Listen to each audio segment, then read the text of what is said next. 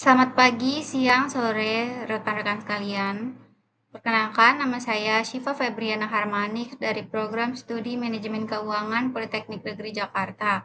Pada hari ini saya akan memaparkan hasil analisis laporan keuangan PT Java Konfit Indonesia Tbk untuk periode tahun 2022 hingga 2023. Pembahasan ini akan mencakup profil perusahaan, program CSR dan keberlanjutan, akun-akun unik, analisis horizontal dan vertikal, serta analisis rasio.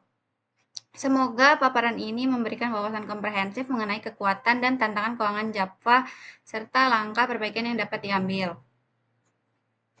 Untuk profil perusahaannya, perusahaan PT Java Konfit Indonesia Tbk berdiri pada Januari 1971 sebagai PT Java Pelletizing Factory Ltd, berfokus pada produksi pelet kopra. 4 tahun kemudian, pada 1975, Java memperluas lini usahanya ke sektor pakan ternak, fondasi dari integritas vertikal yang kita kenal sekarang. Lalu pada tahun 1982, Java mulai mengembangkan bisnis pembibitan unggas termasuk memasarkan Day Old Chick merek MB202 dan memegang hak eksklusif distribusi strain Indian River dari Aviagen. Pencatatan saham di Bursa Efek Indonesia pada tahun 1989 menandai transformasi menjadi perusahaan publik yang kemudian resmi berstatus Tbk. Pada 1996 hingga kini, Java menjalankan model end-to-end memproduksi pakan, pembibitan gas, mengelola peternakan hingga mendistribusikan produk jadi ke seluruh wilayah Indonesia, menciptakan efisiensi biaya dan kontrol kualitas yang terintegrasi. Java tidak hanya fokus pada kinerja finansial, tetapi juga pada tanggung jawab sosial dan lingkungan. Di bidang CSR atau Company Social Responsibility terdapat 5 program. Program yang pertama Java for Kids yang meningkatkan gizi dan kebersihan siswa SD melalui edukasi PHBS dan penyediaan makanan bergizi. Lalu program kedua yaitu Klub Catur Java untuk mengasah kemampuan kognitif dan menjalin keakraban antar karyawan. Lalu Java Peduli yang menyalurkan bantuan saat bencana dan membangun infrastruktur dasar di desa-desa sekitar operasional, serta hutan kota Sragen sebagai ruang terbuka hijau sekaligus upaya pelestarian keanekaragaman hayati. Pada sisi keberlanjutan, Java membina kemitraan dengan peternak unggas dan petambak udang skala kecil, memberikan DOC, pakan, dan pelatihan teknis melalui aplikasi CCF Recording. Program Sentosa Anak Nusantara atau SAN mendistribusikan telur bersubsidi untuk menurunkan angka stunting, sementara Gerakan Pangan Murah menyediakan karkas ayam dengan harga terjangkau bagi masyarakat. Untuk regenerasi tenaga ahli, mereka berkolaborasi dengan universitas melalui Teaching Farm dan SAIL, memadukan teori dan praktik agribisnis. Pendanaan hijau dilaksanakan lewat Sustainability Link Bond yang hasilnya dipakai membangun fasilitas pengolahan air limbah dan sistem pelaporan JSRS berbasis standar GRI atau SG, memastikan transparansi kinerja keberlanjutan. Nah, pada slide ini saya akan menjelaskan satu persatu definisi akun keuangan yang unik atau khas di laporan keuangan Java, PT Java. Yang pertama ini ada aset biologis. Jadi aset biologis ini adalah nilai wajar hewan ternak atau tanaman dalam pertumbuhan dihitung berdasarkan biomasa dan harga pasar setelah dikurangi biaya penjualan. Yang kedua ada persediaan biologis, yaitu mencakup hewan atau tanaman yang sudah siap dijual seperti day old chicken dan pakan jadi, diukur pada biaya perolehan atau nilai realisasi bersih mana yang lebih rendah. Ketiga, ada pendapatan dari penjualan pakan ternak, diakui berdasarkan harga transaksi dikurangi potongan dan retur. Keempat, ada pendapatan penjualan day old chicken. Akun ini mencatat pendapatan yang diperoleh dari penjualan DOC yang merupakan bagian penting dari segmen bisnis pembibitan unggas di Java. Kelima, ada beban produksi ternak, mencakup seluruh biaya langsung yang dikeluarkan untuk memelihara hewan hingga siap jual, mulai dari pakan, biaya tenaga kerja, hingga obat dan perawatan hewan. Lalu yang terakhir ada pendapatan dari segmen akuakultur maaf ya, meliputi pendapatan dari budidaya ikan atau udang diukur pada nilai wajar hasil panen dikurangi biaya penjualan. Nah, untuk analisisnya ada dua, yaitu horizontal dan vertikal. Horizontal yang biasa dikenal dengan comparative analysis ini membandingkan pos-pos akun laporan keuangan antar periode untuk mengukur perubahan absolut dan presentasi dari periode sebelumnya ke periode berjalan. Lalu ada analisis vertikal atau biasa dikenal dengan common size analysis yang juga menyajikan setiap pos laporan keuangan sebagai persentase dari pos dasar yang relevan. Misalnya, setiap biaya dalam laporan laba rugi dinyatakan sebagai persentase dari total penjualan dan setiap aset dalam neraca dinyatakan sebagai persentase dari total aset sehingga memudahkan perbandingan proporsi antar pos dalam suatu periode. Sekarang kita masuk ke laporan posisi keuangan. Ini analisis horizontal atau comparative analysis. Di bagian aset dan aset lancar. Di kelompok aset lancar, di akun kas dan setara kas turun 17% menjadi 1,5 triliun menandakan penyerapan dana untuk investasi modal kerja. Piutang usaha dari pihak berelasi turun 27%. Ini adalah efek penagihan lebih agresif, sementara piutang pihak ketiga tumbuh 2,4% mengikuti kenaikan penjualan kredit.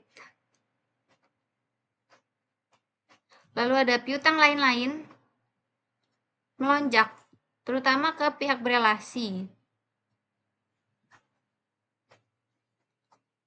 sebesar 279% menandakan peningkatan fasilitas pinjaman karyawan dan pihak ketiga bertambah 38% terkait penambahan utang operasional. Lalu persediaan biologis sedikit menurun 3,9%, tetapi persediaan neto naik 4,4% untuk mengantisipasi permintaan. Aset biologis naik 5%, memperlihatkan ekspansi populasi ternak. Lalu pos pajak dibayar di muka meningkat drastis 201%, menandakan pembayaran PPh atau PPN yang dioptimalkan. Secara keseluruhan, aset lancar hanya bertambah 1%, mencerminkan pergeseran kas ke pos lain. Nah, di aset tidak lancar, tagihan restitusi pajak turun 48% karena percepatan penerimaan. Sedangkan aset pajak tangguhan naik 11%. Dari timing perbedaan fiskal akuntansi, investasi saham dan Ventura bersama tumbuh 31%, menandakan dorongan modal ke mitra strategis dan goodwill stabil. Aset tetap neto naik 7% akibat CapEx, capital expenditure pabrik, dan peralatan baru. Tanah belum dikembangkan ini bertambah 2%. Untuk ekspansi kapasitas, akhirnya total aset tidak lancar naik 8%, menegaskan orientasi investasi jangka panjang, dan total aset perusahaan tumbuh 4% menjadi 34,109 triliun.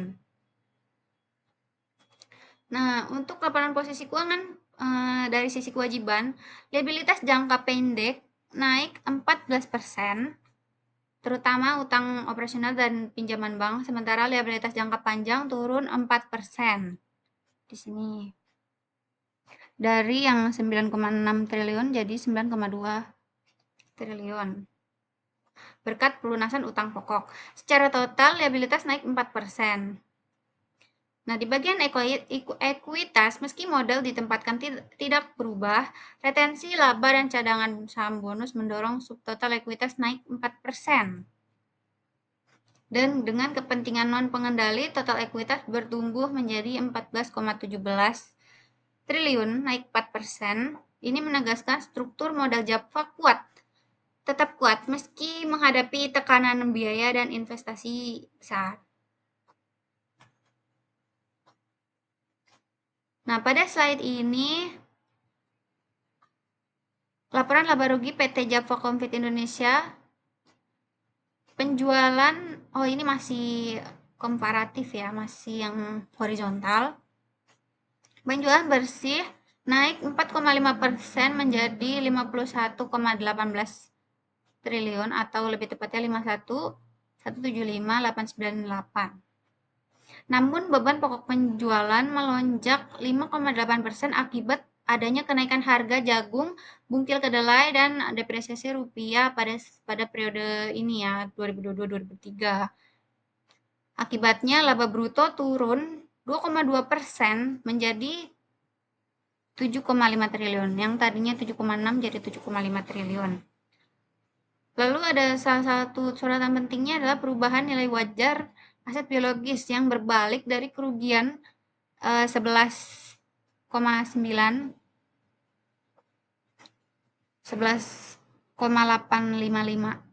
atau 11,9 miliar menjadi keuntungan 0,24 miliar. Ini 238. Perubahan impresif sekitar 102% menandakan stabilisasi valuasi biomasa.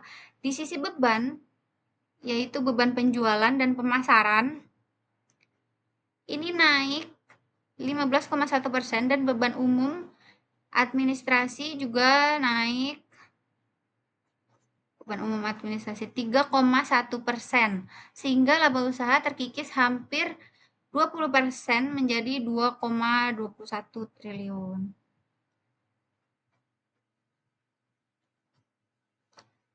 Lalu di bawahnya ada pendapatan keuangan meningkat signifikan sebesar 366,3% menjadi 44,27 miliar, mencerminkan optimalisasi likuiditas dan kenaikan suku bunga deposito. Namun, biaya keuangan ikut membesar 20,8% menjadi 988,478 miliar, menekan laba sebelum pajak turun 35,5% menjadi 1,26 triliun. Setelah beban pajak neto turun 32%, laba bersih akhirnya menyusut 36,6%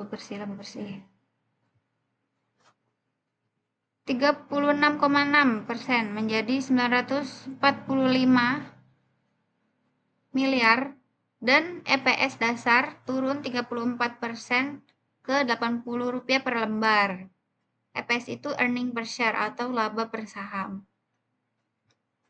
Mencerminkan tantangan profitabilitas di sepanjang 2023. Nah, ini untuk analisis laporan posisi keuangan vertikal. Analisis vertikal di laporan posisi keuangan menunjukkan aset lancar menyumbang 50,48 ini di tahun 2023. Dari total aset turun dari 52,01% karena realokasi dana ke pos jangka panjang. Proporsi kas dan setara kas turun ke 4,41%, sementara piutang usaha relatif stabil di 7,2%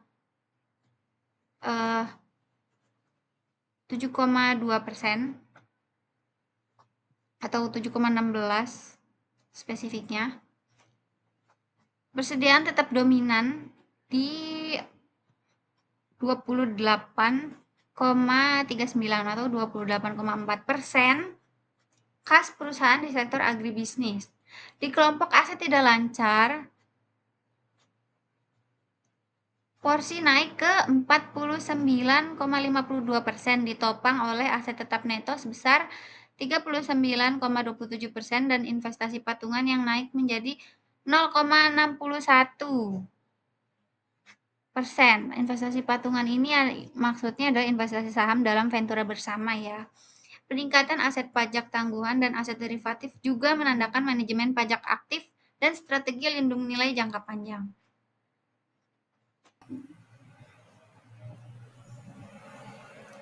Di sisi liabilitas dan ekuitas, pada analisis vertikal masih di laporan posisi keuangan, total liabilitas jangka pendek proporsinya naik dari yang 49,45% ke 53,58%. Artinya struktur liabilitas didominasi kewajiban jangka pendek. Bisa jadi sinyal kurang liquid kalau tidak diimbangi kas yang cukup.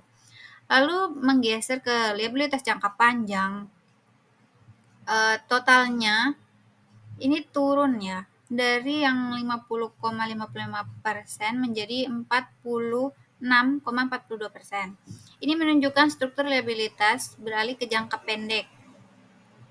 Karena tadi ya, total liabilitas jangka pendeknya naik jadi 53%, sementara jangka panjangnya turun menjadi 46%.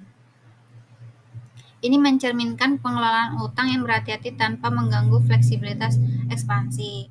Lalu di total liabilitasnya ini naik tipis dari yang 58,23% menjadi 58,47%. Artinya ini tidak ada penambahan utang besar-besaran.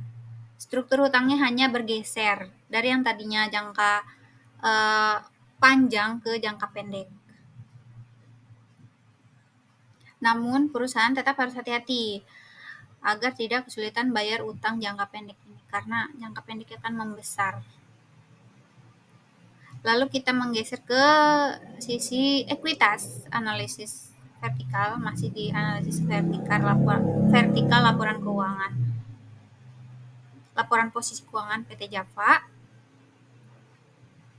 Untuk ekuitas netonya ini turun tipis dari 41,77 menjadi 41,53 dari total aset, mencerminkan peningkatan rasio liabilitas yang mengindikasikan adanya tambahan kebutuhan pembiayaan eksternal meski dikelola dengan baik. Lalu total liabilitas dan ekuitasnya ini selalu 100% karena menjadi acuan analisis vertikal untuk ekuitas dan total liabilitas tadi.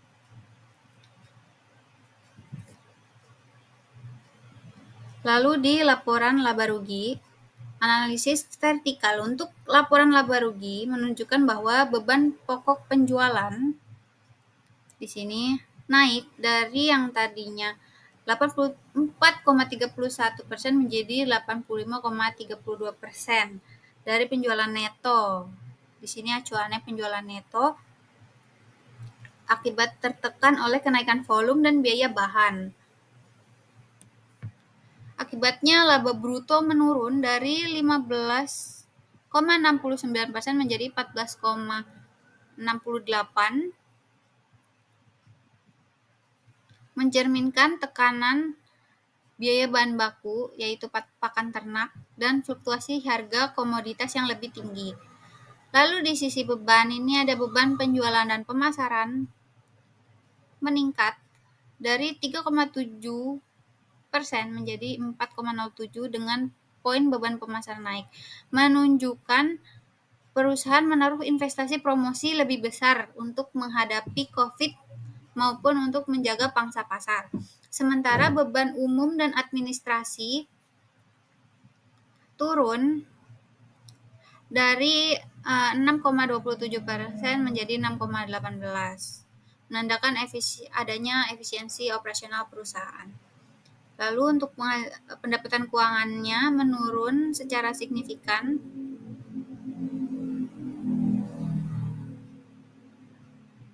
dari 0,2. Oh, ini naik dari 0,02 menjadi 0,09 karena adanya maksudnya akibat biaya bunga pinjaman naik karena kenaikan suku bunga global dan depresiasi mata uang. Lalu ada bagian laba rugi neto pada Ventura bersama. Kalau ini menurun ya dari 0,027 menjadi minus 0,002. Ini menunjukkan tekanan pada kinerja investasi perusahaan. Nah, dengan berbagai tekanan tersebut, laba sebelum pajak penghasilan ini turun dari yang 3,99 menjadi 2,46 dari penjualan neto. Beban pajak penghasilan neto relatif stabil. Ini di 0,95 ke 0,62 walaupun turun hanya signifikan. Namun laba tahun berjalannya ini menurun setengah dari 3,04 menjadi 1,85. Ini menunjukkan tantangan profitabilitas yang dihadapi perusahaan di tahun 2023.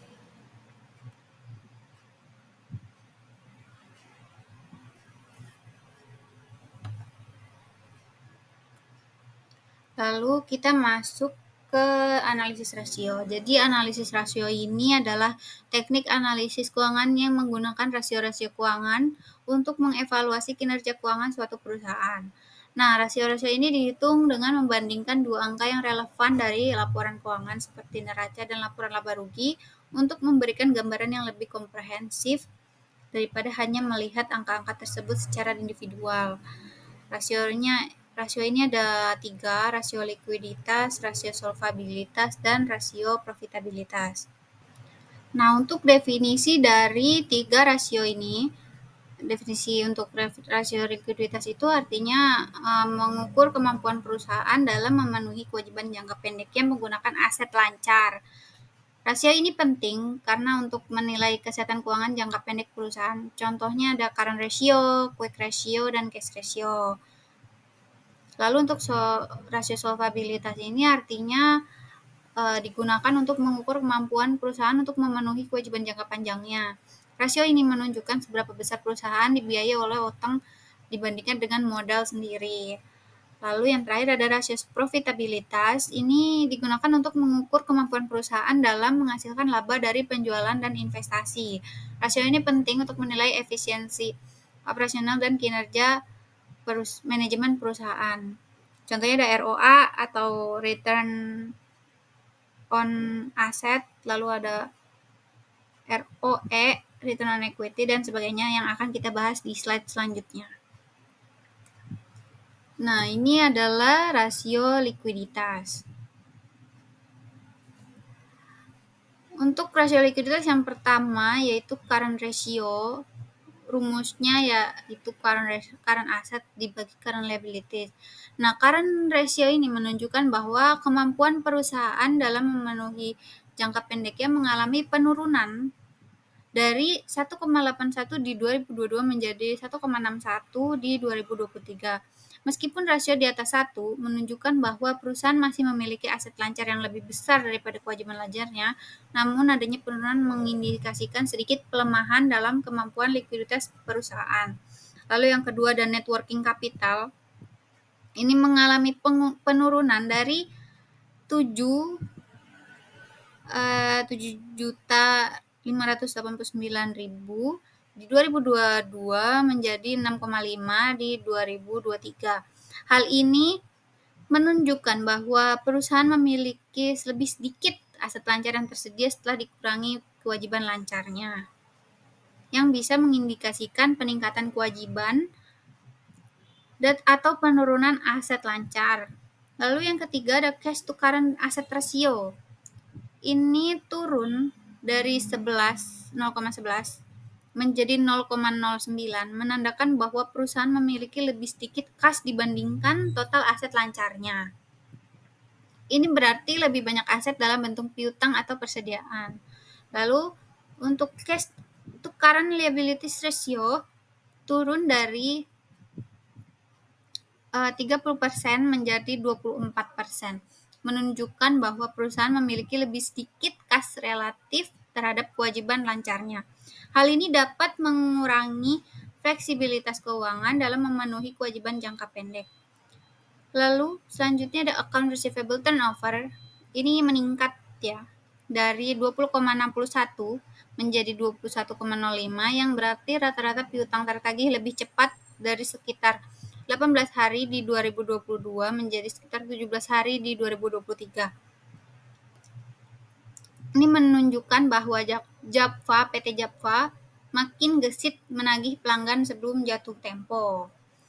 Lalu selanjutnya ada inventory turnover ratio meningkat dari 17,37 menjadi 17,96 kali per tahun, menandakan perputaran persediaan yang lebih baik. Dengan kata lain, Japfa kini bisa mengosongkan stok lebih sering dalam setahun, menandakan manajemen persediaan yang lebih efisien.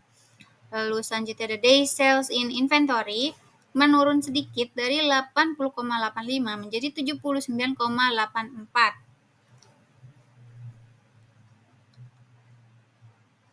hari di 2023.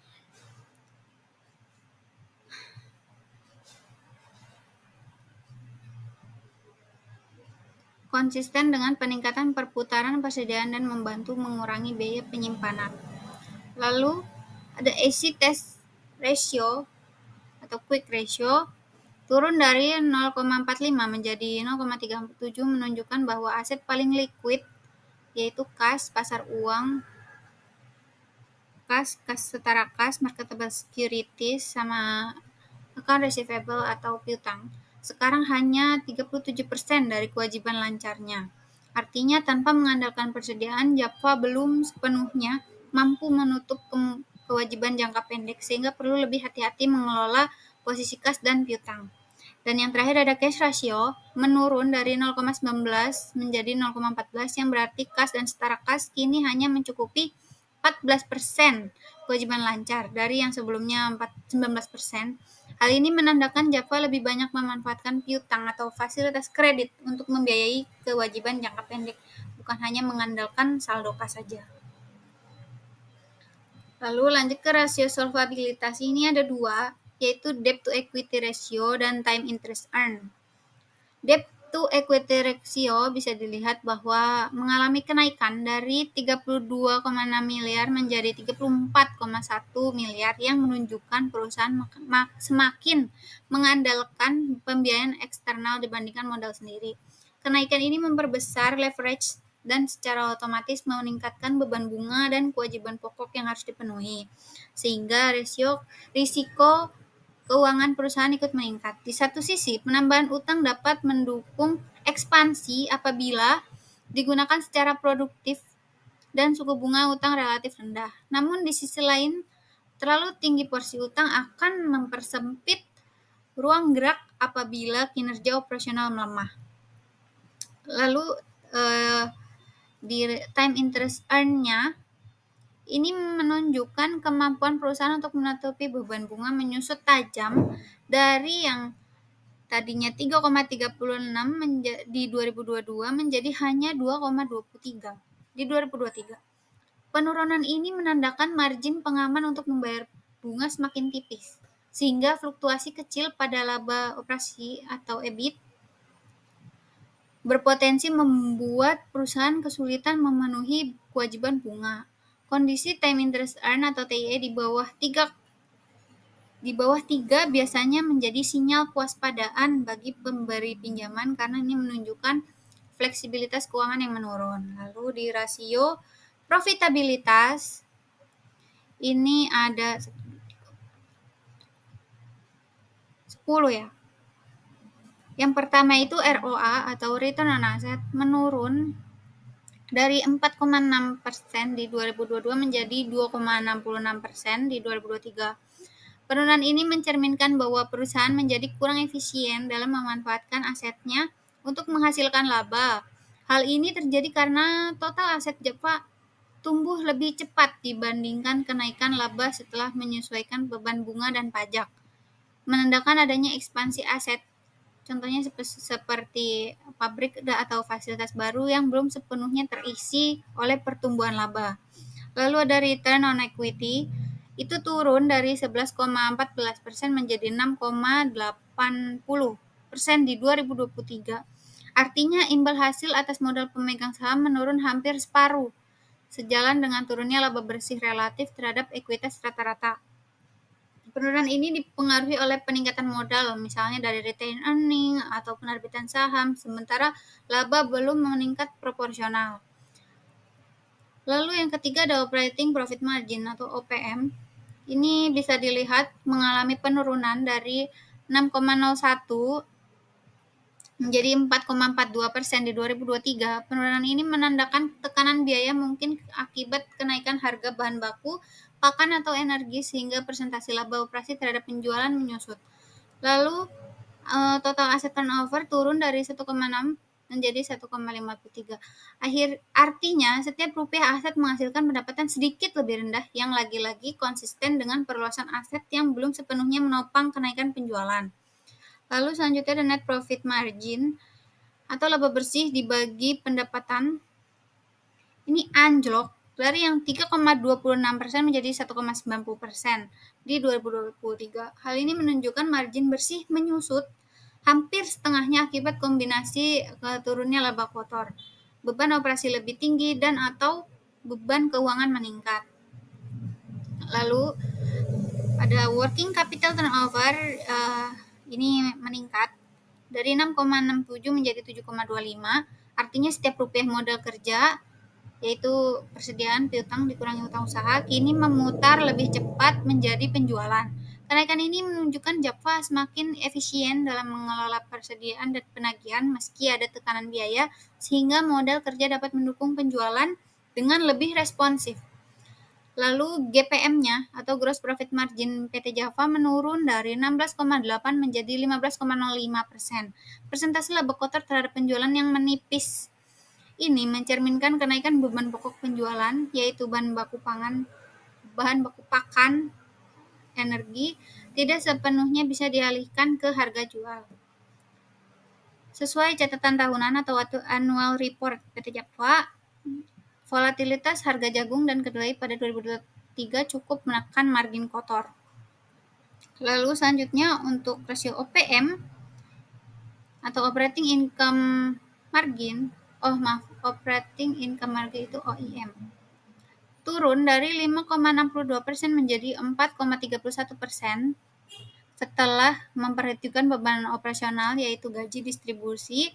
Margin operasi ikut turun. Artinya selain biaya pokok, beban tetap dan variabel lain, misalnya biaya logistik dan pemeliharaan fasilitas baru, turut menekan profitabilitas operasi. Lalu yang ke-9 ada fixed asset turnover, menurun dari 1,6 menjadi 1,53.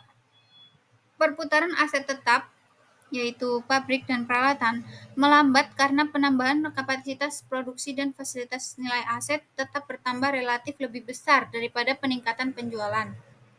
Ini tipikal di tahun ekspansi di mana efisiensi aset masih mengejar pemasukan.